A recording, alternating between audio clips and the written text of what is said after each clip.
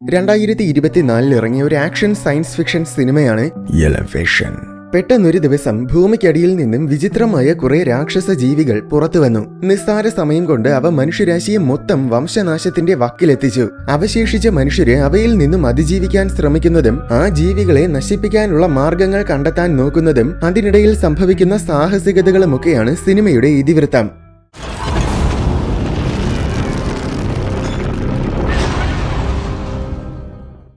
സമീപകാലത്ത് തന്നെയാണ് കഥ നടക്കുന്നത്. പെട്ടെന്നൊരു സുപ്രഭാതത്തിൽ ലോകത്തിലെല്ലായിടങ്ങളിലും ഭൂമിക്കടിയിൽ നിന്നും ഒരുതരം രാക്ഷസ ജീവികൾ പുറത്തുവന്ന ഉടൻ തന്നെ അവ മനുഷ്യരാശിയെ മൊത്തം നശിപ്പിക്കാൻ തുടങ്ങി. വെറും ഒറ്റ മാസം കൊണ്ട് ലോകത്തിലെ 99% മനുഷ്യരെയും അവ കൊന്നൊടുക്കി. പക്ഷേ എന്തോ കാരണത്താൽ അവ സമുദ്രനിരപ്പിൽ നിന്നും 8000 അടി ഉയരം കഴിഞ്ഞാൽ പിന്നെ ഒരു ഇഞ്ച് പോലും മുകളിലേക്ക് പോകില്ല. അത് തിരിച്ചറിഞ്ഞതും അവശേഷിച്ച മനുഷ്യരെല്ലാം ഉയരം കൂടിയ പർവ്വതങ്ങളിൽ കയറി അതിജീവിക്കാൻ തുടങ്ങി. അങ്ങനെ 3 വർഷങ്ങൾക്ക് ശേഷമുള്ള രംഗമാണ് അടുത്തു കാണിക്കുന്നത്. രാക്ഷസ ജീവികളെ റീപ്പേഴ്സ് എന്നാണ് ഇപ്പോൾ വിളിക്കുന്നത്. അതുപോലെ 8000 അടി ഉയരമെത്തുന്ന ആ ഒരു പോയിന്റിനെ ദി ലൈൻ എന്നാണ് പറയുന്നത്. ആരും തന്നെ ഇപ്പോൾ ലൈൻ കഴിഞ്ഞ് താഴോട്ട് വരാറില്ല, അതായത് 8000 അടിക്ക് താഴെ വരാറില്ല. എന്നാൽ ഒരു കൊച്ചുകുട്ടി ലൈൻ കടന്ന് മലഞ്ചെരുവിലൂടെ താഴോട്ട് നടക്കുകയാണ്. ഡാനി എന്നാണ് അവന്റെ പേര്. അകലെ അവന്റെ ക്യാമ്പ് കാണാം. ക്യാമ്പിൽ ലൈനിന് മുകളിൽ തന്നെയാണ് സ്ഥാപിച്ചിരിക്കുന്നത്. ആകെ 200ഓളം പേര് മാത്രമേ ഈ ക്യാമ്പിൽ അതിജീവിക്കുന്നുള്ളൂ. എന്തായാലും നടക്കുന്നതിനിടയിൽ ഡാനി അകലെ ഒരു ചുവന്ന പ്രകാശം ശ്രദ്ധിച്ചു. അതൊരു റീപ്പർ ആണെന്ന് അവന് മനസ്സിലായി. ഭാഗ്യത്തിന് അവൻ ലൈനിന്റെ തൊട്ടടുത്തായിരുന്നു. അതുകൊണ്ട് വേഗമോടി ലൈനിന് മുകളിലെത്തി. അങ്ങനെ അവൻ രക്ഷപ്പെട്ടു. ശേഷം അവൻ ക്യാമ്പിൽ വന്ന് നടന്ന സംഭവം അവന്റെ അച്ഛൻ വില്ലിനോട് പറഞ്ഞു. വില്ലിന് നല്ല ദേഷ്യം തോന്നി. നീ എന്തിനാണ് ലൈനിന് താഴെ പോയതെന്ന് ദേഷ്യത്തോടെ തന്നെ വില്ല് ചോദിച്ചപ്പോ എന്റെ അമ്മയെ അവസാനമായിട്ട് കണ്ട സ്ഥലത്തോട്ട് പോയതാണെന്ന് ഡാനി പറഞ്ഞു. അത് കേട്ടപ്പോൾ വില്ലിന് ശരിക്കും വിഷമമായി. അതുകൊണ്ട് പിന്നെ അവൻ ഡാനിയെ വഴക്കൊന്നും പറഞ്ഞില്ല. എന്നിരുന്നാലും ലൈനിന് താഴെ പോകുന്നത് ഭയങ്കര ഡേഞ്ചറസ് ആണെന്നും ഇനി ഒരിക്കലും അങ്ങനെ ചെയ്യരുതെന്നുമൊക്കെ പറഞ്ഞ് അവൻ ഡാനിക്ക് താക്കീത് നൽകി. ശേഷം വില്ലും കേറ്റിയും കൂടെ ഹണ്ടിങ്ങിന് പോയി. കേറ്റി വില്ലിന്റെ വൈഫിന്റെ ഫ്രണ്ടാണ്. വൈഫ് പോയ ശേഷം പിന്നെ ഡാനിയെ നോക്കാൻ കേറ്റിയാണ് വില്ലിനെ സഹായിച്ചത്. എന്തായാലും ഒരു വലിയ മാനിനെ അവര് വേട്ടയാടി പിടിച്ചു. അതിനെയും കൊണ്ട് തിരികെ ക്യാമ്പിൽ വന്നപ്പോൾ നീന ഷൂട്ടിംഗ് പ്രാക്ടീസ് ചെയ്യുന്നത് കാണാം. നീന അവന്റെ വൈഫിന്റെ മറ്റൊരു ഫ്രണ്ടാണ്. അവളെ മൈൻഡ് ചെയ്യാതെ രണ്ടുപേരും കടന്നുപോയി. ശേഷം രാത്രി ഉറങ്ങാൻ കിടന്നപ്പോൾ അലാറം കേട്ട് വില്ല് പെട്ടെന്നുണർന്നു. അത് ഡാനിയുടെ ഓക്സിജൻ തീർന്നു പോയതിന്റെ അലാറമായിരുന്നു. അവൻ വേഗം ചെന്ന് പുതിയ ഓക്സിജൻ സിലിണ്ടർ വെച്ചു കൊടുത്തു. സംഭവം ഇത്രയും ഉയരത്തിൽ ഓക്സിജന്റെ അളവ് കുറവാണ്. അതിനാൽ ഡാനിയെ പോലെ പലർക്കും അന്തരീക്ഷത്തിലുള്ള ഓക്സിജൻ മാത്രം മതിയാകില്ല. അതിനു പുറമെ ഇതുപോലെ മെഷീനിലൂടെ എക്സ്ട്രാ ഓക്സിജനും കൂടെ ശ്വസിക്കാറുണ്ട്. അടുത്ത ദിവസം വൈകുന്നേരം കേറ്റി 2 കുപ്പി കാട്ടുതേനും കൊണ്ട് വില്ലിനെ കാണാൻ വന്നു. അതും കുടിച്ച് അവര് പഴയകാല ഓർമ്മകളൊക്കെ പരസ്പരം ഷെയർ ചെയ്യുന്നതിനിടയിൽ അകലെ നീന ഇപ്പോഴും ഷൂട്ടിംഗ് പ്രാക്ടീസ് ചെയ്യുന്നത് കാണാം. ശേഷം അന്ന് രാത്രിയും വീണ്ടും അലാറം മുഴങ്ങാൻ തുടങ്ങി. പക്ഷെ ഇന്നലത്തോടെ അവന്റെ ഓക്സിജൻ സിലിണ്ടറുകളൊക്കെ തീർന്നു പോയിരുന്നു. അതുകൊണ്ട് അതിന് പകരം വില്ല് അവനൊരു ഇഞ്ചക്ഷൻ കൊടുത്തു. എന്നിരുന്നാലും ഇങ്ങനെ ഇഞ്ചക്ഷൻ കൊണ്ട് മാത്രം അധികം നാളുകൾ ഡാനിക്ക് പിടിച്ചു നിൽക്കാൻ കഴിയില്ല. ഇനിയും ഒരാഴ്ചയ്ക്കുള്ളിൽ തന്നെ ഓക്സിജൻ സിലിണ്ടറുകൾ നൽകിയേ പറ്റൂ, അല്ലെങ്കിൽ അവൻ മരിച്ചു പോകും. സമീപത്തെ ഉപേക്ഷിക്കപ്പെട്ട സിറ്റിയിൽ ഒരു വലിയ ലാബുണ്ട്. അവിടെ ഓക്സിജൻ സിലിണ്ടറുകളൊക്കെ ഉണ്ടായിരിക്കും. പക്ഷേ പ്രശ്നം എന്താന്ന് വെച്ചാൽ അങ്ങോട്ട് പോകുന്നത് വളരെ ഡേഞ്ചറസ് ആണ്. എന്തെന്നാൽ ലൈനിൽ നിന്നും 3000 അടി ആഴത്തിലാണ് ആ സിറ്റി. അതിനാൽ സഹായത്തിന് വേണ്ടി അവൻ നീനയെ കാണാൻ പോയി. കാരണം ഈ ക്യാമ്പിൽ റീപ്പേഴ്സുമായിട്ട് ഫൈറ്റ് ചെയ്ത എക്സ്പീരിയൻസ് ഉള്ളത് ആകെ നീനയ്ക്ക് മാത്രമാണ്. അവൻ നീനയുമായിട്ട് സംസാരിക്കുന്നത് കേൾക്കുമ്പോൾ നമുക്ക് ചില കാര്യങ്ങൾ മനസ്സിലാകും. സംഭവം നീന പണ്ട് ആ ലാബിൽ ജോലി ചെയ്തിരുന്ന ഒരു സയന്റിസ്റ്റ് ആണ്. ലാബിൽ പോയാൽ റീപ്പേഴ്സിനെ കൊല്ലാനുള്ള ഒരു മാർഗം കണ്ടെത്താൻ സാധിക്കുമെന്ന് കരുതി 2 വർഷങ്ങൾക്ക് മുന്നേ ഈ ക്യാമ്പിൽ നിന്നും അവൾ കുറച്ചു പേരെയും കൊണ്ട് ലാബിലേക്ക് പോയിരുന്നു. ആ കൂട്ടത്തിൽ വില്ലിന്റെ ഭാര്യയും പോയി. അവളോട് പോകണ്ടെന്ന് പലതവണ വില്ല് പറഞ്ഞതാണ്.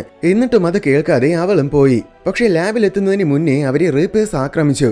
റീപ്പേഴ്സ് വന്നാൽ തിരിച്ചാക്രമിക്കാൻ വേണ്ടി ഒരുപാട് ആയുധങ്ങളൊക്കെ അവരെ കയ്യിൽ കരുതിയിരുന്നു. പക്ഷെ അവയെ എത്ര വെടിവെച്ചിട്ടും അവയ്ക്ക് ഒന്നും തന്നെ സംഭവിച്ചില്ല. കാരണം റീപ്പേഴ്സിന് അത്രയേറെ കട്ടിയുള്ള വളരെ ശക്തമായ പുറംതോടുണ്ട്. ഇവരെ കൊണ്ടുപോയ വെപ്പൺസ് വെച്ച് റീപ്പേഴ്സിന്റെ ശരീരത്തിൽ ഒരു പോറല് പോലും ഏൽപ്പിക്കാൻ പറ്റിയില്ല. അങ്ങനെ അങ്ങോട്ട് പോയ ബാക്കി എല്ലാവരെയും റീപ്പേഴ്സ് കൊന്നുകളഞ്ഞു. ഭാഗ്യത്തിന് നീന മാത്രമാണ് അന്ന് രക്ഷപ്പെട്ടത്. ഇങ്ങനെ നീനയ്ക്ക് റീപ്പേഴ്സുമായിട്ട് ഫൈറ്റ് ചെയ്യുന്നതിൽ എക്സ്പീരിയൻസ് ഉള്ളതുകൊണ്ടാണ് അവളെയും കൂടെ കൊണ്ടുപോകാമെന്ന് വില്ല് കരുതിയത്. പക്ഷേ അന്ന് ഞാൻ വെറും ഭാഗ്യം കൊണ്ട് മാത്രമാണ് രക്ഷപ്പെട്ടതെന്നും അതുകൊണ്ട് ഞാൻ വരുന്നില്ലെന്നുമാണ് നീന പറഞ്ഞത്. അതുമാത്രമല്ല, ലാബിലേക്ക് പോകുന്ന വഴിക്ക് പല തവണ ലൈനിന് താഴെ ഇറങ്ങേണ്ടി വരും. അതിനാൽ അങ്ങോട്ട് പോകുന്നത് ആത്മഹത്യക്ക് തുല്യമാണെന്നും നീന പറഞ്ഞു. എന്നാൽ ഇതുപോലെ ഒരിക്കൽ ഓക്സിജൻ സിലിണ്ടറും തേടി പോകേണ്ടി വരുമെന്ന് അവൻ അറിയാമായിരുന്നു. അതുകൊണ്ട് കുറെ നാളുകളായിട്ട് അവൻ പല പല മാപ്പുകൾ പരിശോധിച്ച് അങ്ങോട്ട് പോകാനുള്ള സേഫായ ഒരു മാർഗം കണ്ടെത്തിയിട്ടുണ്ട്. ഇവിടുന്ന് മലമുകളിലൂടെ തന്നെ കുറച്ച് കിലോമീറ്ററുകൾ പോകുമ്പോൾ പഴയൊരു മൈനിങ് സൈറ്റിലെത്തും. അവിടെ ഒരു ടണലുണ്ട്. ആ ടണലിലൂടെ പോയാൽ സിറ്റിയുടെ തൊട്ടടുത്തെത്താം. എന്നിട്ട് റീപ്പേഴ്സ് വരുന്നതിന് മുന്നേ പെട്ടെന്ന് ചെന്ന് സിലിണ്ടേഴ്സ് എടുത്തിട്ട് തിരിച്ചു വന്നാൽ മതി. ഇതിനിടയിൽ ആകെ 2 സ്ഥലത്തെത്തുമ്പോൾ മാത്രമേ ലൈനിന് താഴെ ഇറങ്ങേണ്ടി വരൂ. അതും പെട്ടെന്ന് തന്നെ തിരിച്ച് മുകളിൽ കയറാനും സാധിക്കും. ഇതാണ് വില്ലിന്റെ പ്ലാൻ. അത് കേട്ടപ്പോൾ ഞാനും വരാമെന്ന് അവള് സമ്മതിച്ചു. അടുത്ത ദിവസം രാവിലെ ഡാനിയെ ഒരു വൃദ്ധയായ സ്ത്രീയുടെ പക്കൽ ഏൽപ്പിച്ചിട്ട് വില്ലും നീനയും പോകാനൊരുങ്ങി. ഇത് വളരെ ഡേഞ്ചറസ് ആയ യാത്രയായതിനാൽ കേറ്റിയെ കൊണ്ടുപോകണ്ടെന്നാണ് വില്ല് കരുതിയത്. അതുകൊണ്ട് ഇതുപോലെ പോകുന്ന കാര്യം അവളോട് പറഞ്ഞതുമില്ല. എന്നാൽ ഇവര് പോകാൻ നിൽക്കുന്നത് കേറ്റി കണ്ടു. അപ്പോൾ ഞാനും വരാമെന്ന് പറഞ്ഞ് അവളും അവരുടെ കൂടെ ഇറങ്ങി. അങ്ങനെ 3 പേരും കൂടെ യാത്രയായി. നീനയുടെ പക്കൽ ഒരു കോമ്പസ് ഉണ്ട്. റീപ്പേഴ്സിന് വളരെ സ്ട്രോങ് ആയ മാഗ്നറ്റിക് ഫീൽഡ് ഉണ്ട്. അതിനാൽ 1 കിലോമീറ്റർ ചുറ്റളവിൽ ഏതെങ്കിലും റീപ്പർ ഉണ്ടെങ്കിൽ ഈ കോമ്പസിന്റെ സൂചി പെട്ടെന്ന് അങ്ങോട്ടും ഇങ്ങോട്ടും ചലിക്കാൻ തുടങ്ങും. അത് കാണുമ്പോൾ സമീപത്തൊരു റീപ്പർ ഉണ്ടെന്നറിയാൻ സാധിക്കും. കുറച്ച് കിലോമീറ്ററുകൾ നടന്നപ്പോൾ ലൈനിന് താഴെ ഇറങ്ങേണ്ട ആദ്യത്തെ സ്ഥലത്തെത്തി. താഴെ ഇറങ്ങിയാലേ അതുവഴി അപ്പുറത്തെ മലയിൽ കയറി മുന്നോട്ട് പോകാൻ പറ്റൂ. കോമ്പസിൽ നോക്കിയപ്പോൾ ചലനമൊന്നും കണ്ടില്ല. അങ്ങനെ സേഫ് ആണെന്ന് തോന്നിയതുകൊണ്ട് അവര് താഴെ ഇറങ്ങി. അവിടെ തകർന്നു കിടക്കുന്ന കുറെ പഴയ മിലിറ്ററി വണ്ടികൾ ഉണ്ടായിരുന്നു. അവയിൽ നിന്നും ഉപയോഗമുള്ള എന്തെങ്കിലും കിട്ടുമോ എന്നറിയാൻ അവര് വാഹനങ്ങൾ മൊത്തം പരിശോധിച്ചു നോക്കി. അപ്പോൾ കുറച്ച് ബുള്ളറ്റ് മാഗസീനുകളും ഒരു ഗ്രനേഡ് ലോഞ്ചറും കിട്ടി. ഗ്രനേഡ് ലോഞ്ചർ കേറ്റി അവളുടെ തോക്കിൽ ഘടിപ്പിച്ചു. ശേഷം അവര് വീണ്ടും നടക്കാൻ തുടങ്ങി. യാത്രക്കിടയിൽ ധാരാളം മൃഗങ്ങളെയൊക്കെ കാണാം. ഇതിന്റെ 1% മൃഗങ്ങൾ പോലും പണ്ടിവിടെ ഉണ്ടായിരുന്നില്ല. അതിനാൽ ഇവയെല്ലാം എവിടുന്ന് വന്നുവെന്നോർത്ത് കേറ്റി അത്ഭുതപ്പെട്ടു. സംഭവം മനുഷ്യര് വേട്ടയാടാതെ വന്നപ്പോൾ മൃഗങ്ങൾ പെറ്റുപെരുകിയതാണെന്ന് നീന പറഞ്ഞുകൊടുത്തു. കുറെ കിലോമീറ്ററുകൾ നടന്നപ്പോൾ താഴെ ഇറങ്ങേണ്ട 2ാമത്തെ സ്ഥലത്തെത്തി. കോമ്പസിൽ നോക്കിയപ്പോൾ സേഫ് ആണെന്ന് മനസ്സിലായി. അങ്ങനെ അവര് താഴെ ഇറങ്ങി. ഇപ്പൊ ഇവര് ലൈനിൽ നിന്നും ഏതാണ്ട് 400 അടി താഴെയാണ് നിൽക്കുന്നത്. ഈ സ്ഥലം പണ്ടൊരു സ്കീയിങ് ഏരിയ ആയിരുന്നു. അതിനാൽ ഇവിടെ ധാരാളം സ്കീയിങ് ലിഫ്റ്റുകളുണ്ട്. ഇവിടുന്ന് നടന്ന് മലമുകളിൽ കയറാൻ ഏതാണ്ട് 1 മണിക്കൂറോളം സമയം വേണം. എന്നാൽ ലിഫ്റ്റിൽ പോയാൽ 10 മിനിറ്റുകളെ എടുക്കൂ. അതുകൊണ്ട് ലിഫ്റ്റിൽ കയറി മുകളിൽ പോകാമെന്ന് അവര് പ്ലാൻ ചെയ്തു. പക്ഷേ വൈദ്യുതി ഇല്ലാത്തതിനാൽ ലിഫ്റ്റ് പ്രവർത്തനരഹിതമാണ്. എന്നിരുന്നാലും ബാക്കപ്പ് ജനറേറ്റർ ഉണ്ടായിരിക്കും. അത് ചെന്ന് ഓൺ ചെയ്താൽ മതിയെന്ന് വില്ല് പറഞ്ഞു. പെട്ടെന്ന് നീനയുടെ കോമ്പസിന്റെ സൂചി ചലിക്കാൻ തുടങ്ങി. നോക്കിയപ്പോൾ കുറച്ചകലെ ഒരു ചുവന്ന പ്രകാശം കണ്ടു. അത് റീപ്പറാണ്. വില്ലുടനെ ബാക്കപ്പ് ജനറേറ്റർ ശരിയാക്കാൻ പോയി. മറ്റു 2 പേരും റീപ്പറിനെ ഫൈറ്റ് ചെയ്യാൻ വേണ്ടി അവിടെ നിന്നു. ഇവരെ കണ്ടതും റീപ്പർ വളരെ വേഗം ഓടി വന്നു. അപ്പോഴാണ് നമ്മൾ റീപ്പറിന്റെ ശരിക്കുമുള്ള രൂപം കാണുന്നത്. 6 കാലുകളും തേളിന്റേത് പോലത്തെ വാലും കട്ടിയുള്ള പുറന്തോടും, അങ്ങനെ ആകെ മൊത്തം വളരെ വിചിത്രമായ രൂപം. നീനയും കേറ്റിയും കൂടെ അതിനെ ആക്രമിച്ചു. എത്ര വെടിവെച്ചിട്ടും അതിനൊന്നും സംഭവിക്കുന്നില്ല. കേറ്റിയാണെങ്കിൽ നേരത്തെ കിട്ടിയ ഗ്രനേഡ് ലോഞ്ചറിലൂടെ അതിനെ ഗ്രനേഡ് ഇട്ട് കൊല്ലാൻ നോക്കി. പക്ഷെ എന്നിട്ടും അതിനൊരു പോറല് പോലും പറ്റിയില്ല. ഭാഗ്യത്തിന് ഇവർ ഇതുമായിട്ട് ഫൈറ്റ് ചെയ്യുന്ന സമയം കൊണ്ട് വില്ല് ചെന്ന് ജനറേറ്റർ ഓൺ ചെയ്തു. അങ്ങനെ അവര് ലിഫ്റ്റിൽ കയറി മുകളിലേക്ക് പോയി. ലിഫ്റ്റ് നല്ല ഉയരത്തിലായതുകൊണ്ട് റീപ്പറിന് അവരെ ഒന്നും ചെയ്യാൻ കഴിയില്ലെന്നാണ് അവര് കരുതിയത്. എന്നാൽ അവര് ലൈനിന്റെ അടുത്തെത്താറായതും പെട്ടെന്ന് റീപ്പർ ലിഫ്റ്റിന്റെ കമ്പിയിൽ പിടിച്ച് വലിച്ചു. അത് കാരണം 3 പേരും കൂടെ നിലത്ത് വന്ന് വീണു. എന്നിട്ട് റീപ്പർ വീണ്ടും അവരെ പിടിക്കാൻ ഓടി വന്നു.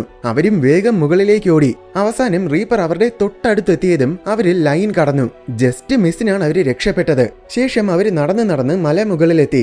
അപ്പോഴേക്കും സന്ധ്യാസമയമായി. മലമുകളിൽ ഉപേക്ഷിക്കപ്പെട്ട ഒരു വീട് കണ്ടു. ഇന്ന് രാത്രി ആ വീട്ടിൽ തങ്ങാമെന്ന് അവര് തീരുമാനിച്ചു.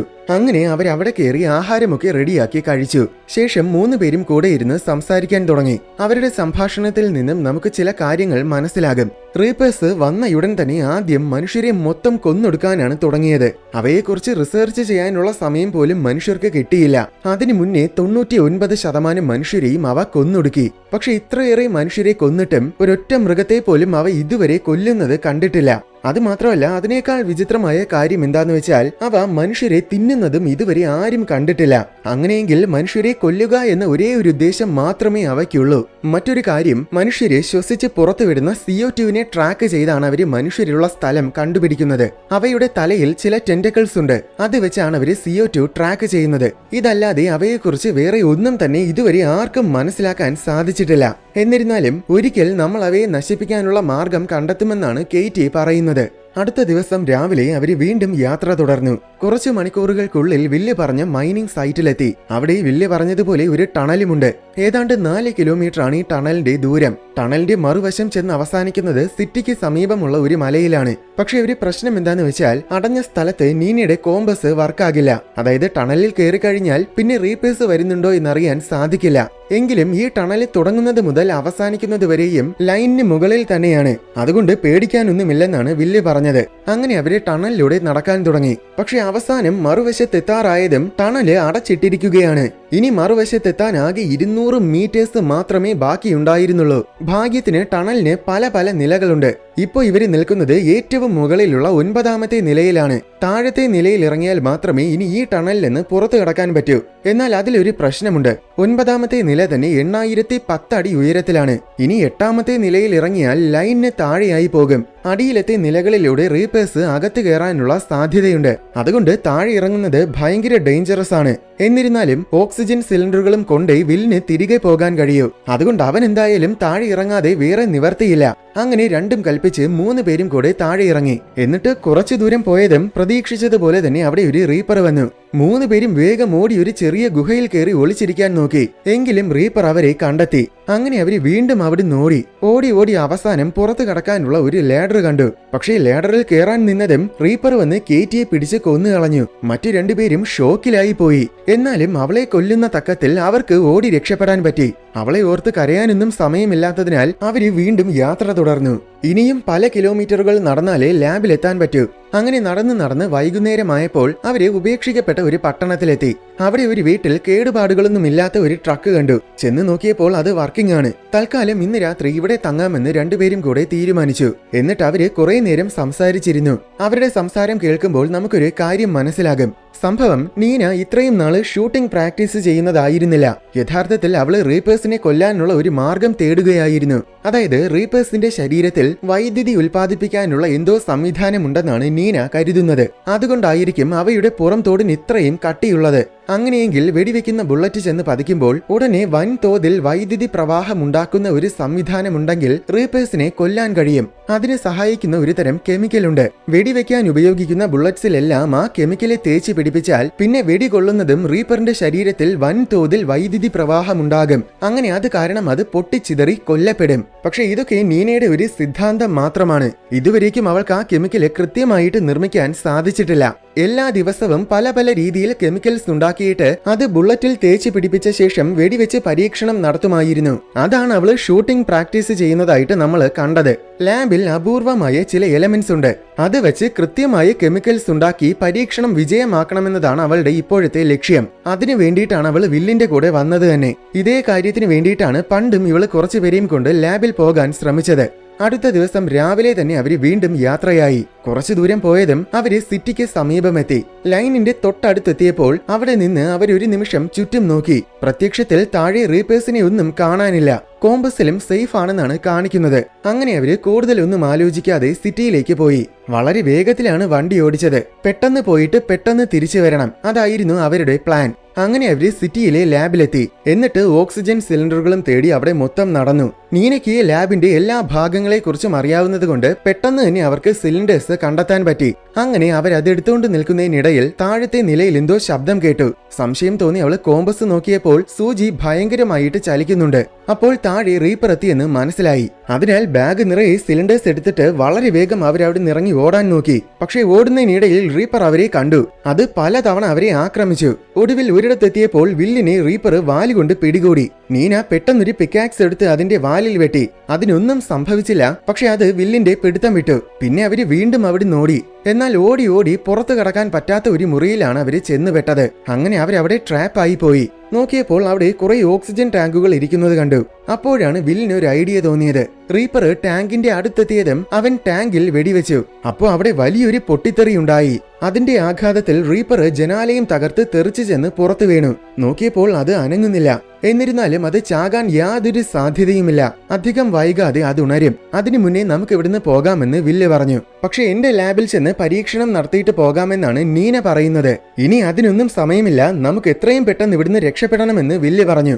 എന്നാൽ കുറെ നാളുകൾ കഴിയുമ്പോൾ വീണ്ടും ഇതുപോലെ ഓക്സിജൻ ടാങ്കും തേടി ഇറങ്ങേണ്ടി വരും. അവസാനം ഒരിക്കൽ ഓക്സിജൻ ടാങ്ക് കിട്ടാതെയാകും. അതോടെ നിന്റെ മകന്റെ കഥയും തീരും. എന്നാൽ ഞാൻ പറഞ്ഞതുപോലെ ലാബിൽ ചെന്ന് നോക്കി അതിനെ കൊല്ലാനുള്ള കെമിക്കൽ കണ്ടെത്തിയാൽ നമുക്ക് ഈ ജീവികളെ എന്നേക്കുമായിട്ട് നശിപ്പിക്കാം. പിന്നെ ഓക്സിജൻ ടാങ്കിന്റെ ആവശ്യമില്ല. പഴയതുപോലെ തന്നെ നമുക്ക് നമ്മുടെ ലോകത്തിനെ തിരിച്ചു പിടിക്കാം എന്നൊക്കെ നീന പറഞ്ഞു കൊടുത്തു. അത് കേട്ടപ്പോൾ ഇവള് പറയുന്നതിലും കാര്യമുണ്ടെന്ന് അവന് തോന്നി. അങ്ങനെ രണ്ടുപേരും കൂടെ ലാബിലേക്ക് പോയി. അവിടെ അവൾക്ക് ആവശ്യമുള്ള എല്ലാ റെയർ എലമെന്റ്സും ഉണ്ടായിരുന്നു. അതിൽ നിന്നും അവൾ ഉദ്ദേശിച്ച എലമെന്റ്സ് എടുത്ത് മിക്സ് ചെയ്തിട്ട് അതിനെ ബുള്ളറ്റിൽ തേച്ച് പിടിപ്പിച്ചു. എന്നിട്ട് അതുകൊണ്ട് വെടിവെച്ച് നോക്കി. പക്ഷെ അവള് പ്രതീക്ഷിച്ചതുപോലെ ഒന്നും തന്നെ സംഭവിച്ചില്ല.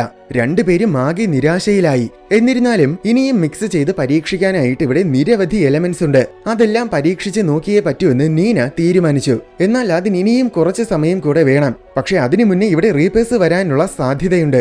അതുകൊണ്ട് എന്നെയും കാത്തു നിൽക്കാതെ നീ തിരിച്ചു പോയിക്കൊള്ളാൻ അവൾ അവന്റെ അടുത്ത് പറഞ്ഞു. പക്ഷേ നീ എങ്ങനെ തിരിച്ചു വരുമെന്ന് വില്ല് ചോദിച്ചു. അവളുടെ പഴയ കാറ് ഇവിടുത്തെ പാർക്കിംഗ് ലോട്ടിലുണ്ട്. അത് മാത്രമല്ല, ഇനി കാറ് വർക്കായില്ലെങ്കിലും ഇവളുടെ പരീക്ഷണം വിജയമായി കഴിഞ്ഞാൽ അവൾക്ക് നടന്നു വേണമെങ്കിലും തിരിച്ചു പോകാൻ കഴിയും. ഇനി അഥവാ പരീക്ഷണം വിജയമായില്ലെങ്കിലും റീപേഴ്സിന്റെ കൈകൊണ്ട് മരിക്കാനും ഞാൻ തയ്യാറാണെന്നാണ് നീന പറയുന്നത്.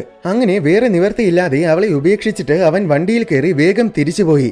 ശേഷം നീന വീണ്ടും കുറെ കെമിക്കൽസ് വെച്ച് പരീക്ഷണങ്ങൾ നടത്തി. പക്ഷേ ഒന്നും തന്നെ അവൾ വിചാരിക്കുന്നത് പോലെ വർക്കാകുന്നില്ല. അവസാനം അവൾ കൊബാൾട്ട് എടുത്ത് മിക്സ് ചെയ്ത് പുതിയൊരു കെമിക്കൽ ഉണ്ടാക്കി. എന്നിട്ട് അത് ബുള്ളറ്റിൽ പുരട്ടിയിട്ട് ടെസ്റ്റ് ചെയ്യാൻ നിന്നതും അവിടെ ഒരു റീപ്പർ വന്നു. ആ റീപ്പറിൽ തന്നെ അവൾ അത് ടെസ്റ്റ് ചെയ്ത് നോക്കി. ഈ സമയം വില്ല് വളരെ വേഗം തിരിച്ചു പോവുകയായിരുന്നു. എന്നാൽ അങ്ങനെ പോകുന്നതിനിടയിൽ ഒരു ടയർ പഞ്ചറായി പോയി. അത് കാരണം വണ്ടി മറിഞ്ഞു. അതിനിടയിൽ തലക്കിടി കിട്ടിയ അവന്റെ ബോധവും നഷ്ടപ്പെട്ടു. കുറച്ച് മിനിറ്റുകൾ കഴിഞ്ഞ് കണ്ണു തുറന്നതും അകലെ നിന്നും ഒരു റീപ്പർ വരുന്നത് കണ്ടു. അവൻ ബാഗും തോക്കും എടുത്തോണ്ട് പെട്ടെന്ന് അവിടെ നോടി. ഇനി വെറും 300 മീറ്റേഴ്സ് കൂടെ എത്തിയാൽ ലൈൻ കടക്കാം. പക്ഷെ അപ്പോഴാണ് മുകളിൽ നിന്നും മറ്റൊരു റീപ്പർ വന്നത്. അതേസമയം തന്നെ അവിടെ വീണ്ടും ഒരു റീപ്പറും കൂടെ എത്തി. അങ്ങനെ 3 റീപ്പേഴ്സിന്റെയും ഇടയിൽ അവൻ ട്രാപ്പായി പോയി. ഇനി എന്ത് ചെയ്യുമെന്നറിയാതെ അവൻ ആകെ പകച്ചു നിന്നു. അവൻ കരഞ്ഞുകൊണ്ട് തോക്കെടുത്ത് തുരുതുരാന്ന് വെടിവെച്ച് നോക്കി. പക്ഷേ സ്വാഭാവികമായും പ്രയോജനമൊന്നും ഉണ്ടായില്ല. അപ്പോൾ റീപ്പേഴ്സിനെ മറ്റാരോ വെടിവെച്ചു. ഉടനെ 3 റീപ്പേഴ്സും പൊട്ടിച്ചിതറി. നോക്കിയപ്പോൾ അത് നീനയാണ്. സംഭവം, അവള് അവസാനമായിട്ട് കൊബാൾട്ട് വെച്ച് ചെയ്ത് നോക്കിയ പരീക്ഷണം വിജയകരമായിരുന്നു. അവളെ കണ്ടതും അവന് സന്തോഷമായി. ശേഷം അവരെ പൊട്ടിച്ചിതറിയ റീപ്പേഴ്സിനെ ചെന്ന് പരിശോധിച്ചു നോക്കി. അപ്പോഴാണ് അവരൊരു ഞെട്ടിക്കുന്ന സത്യം മനസ്സിലാക്കിയത്. യഥാർത്ഥത്തിൽ റീപ്പേഴ്സ് എല്ലാം റോബോട്ട്സ് ആണ്. ഇതുകൊണ്ടാണ് റീപ്പേഴ്സ് മനുഷ്യരെ ഒന്നും തിന്നാത്തത്. ഒരുപക്ഷെ അതിന്റെ പ്രോഗ്രാമിംഗിലുള്ള പിഴവ് കാരണമായിരിക്കും അത് 8000 അടിക്ക് മുകളിൽ പോകാത്തത്. അതുപോലെ മറ്റൊരു കാര്യം, മനുഷ്യരെ കൊല്ലുക എന്ന ഉദ്ദേശത്തോടെ മാത്രമാണ് ഇവയെ ആരോ അയച്ചിരിക്കുന്നതെന്നും ഇതിൽ നിന്നും വ്യക്തമാണ്. അങ്ങനെയെങ്കിൽ ഏതെങ്കിലും ഏലിയൻസ് ആയിരിക്കും ഇവയെ അയച്ചത്. ഒരുപക്ഷെ മനുഷ്യരാശിയെ മൊത്തം നശിപ്പിച്ച് കളഞ്ഞ ശേഷം ഭൂമിയിൽ വന്ന് ജീവിക്കാൻ വേണ്ടിയിട്ടായിരിക്കും ഏലിയൻസ് ഇവയെ അയച്ചതെന്നാണ് നീനയുടെ നിഗമനം. അതെന്ത് തന്നെയാണെങ്കിലും അവര് തിരിച്ച് ക്യാമ്പിലേക്ക് പോയി. വില്ലിനെ കണ്ടതും ഡാനി ഓടി വന്ന് അവനെ കെട്ടിപ്പിടിച്ചു. ശേഷം ഇതുപോലെ ഒരുതരം കെമിക്കൽ വെച്ച് വെടിവെച്ചാൽ റീപ്പേഴ്സിനെ എല്ലാം കൊന്നുകളയാൻ പറ്റുമെന്ന വിവരം നീന റേഡിയോ വഴി ലോകത്തിനെ മുഴുവൻ അറിയിച്ചു. അങ്ങനെ ലോകം മുഴുവൻ റീപ്പേഴ്സിനെ കൊന്നു തള്ളാൻ തുടങ്ങി. കുറച്ച് ദിവസങ്ങൾക്കുള്ളിൽ തന്നെ മനുഷ്യരാശി വീണ്ടും ഭൂമിയുടെ അധികാരം ഏറ്റെടുത്തു. പക്ഷേ കുറച്ചു നാളുകൾക്ക് ശേഷം ഒരു ദിവസം രാത്രി വില്ലും നീനയും കൂടെ ആകാശം നിരീക്ഷിക്കുന്നതിനിടയിൽ 3 തിളക്കമുള്ള വസ്തുക്കൾ ഭൂമിയെ ലക്ഷ്യമിട്ട് വരുന്നത് കണ്ടു. അത് ഭൂമിയെ കീഴടക്കാൻ വരുന്ന ഏലിയൻസ് ആണെന്ന് അവർക്ക് മനസ്സിലായി. അപ്പോ യഥാർത്ഥ യുദ്ധം ഇനി തുടങ്ങാൻ പോകുന്നതേ ഉള്ളൂവെന്നർത്ഥം. അങ്ങനെ ആ ദൃശ്യത്തോടെ സിനിമ അവസാനിക്കുകയാണ്.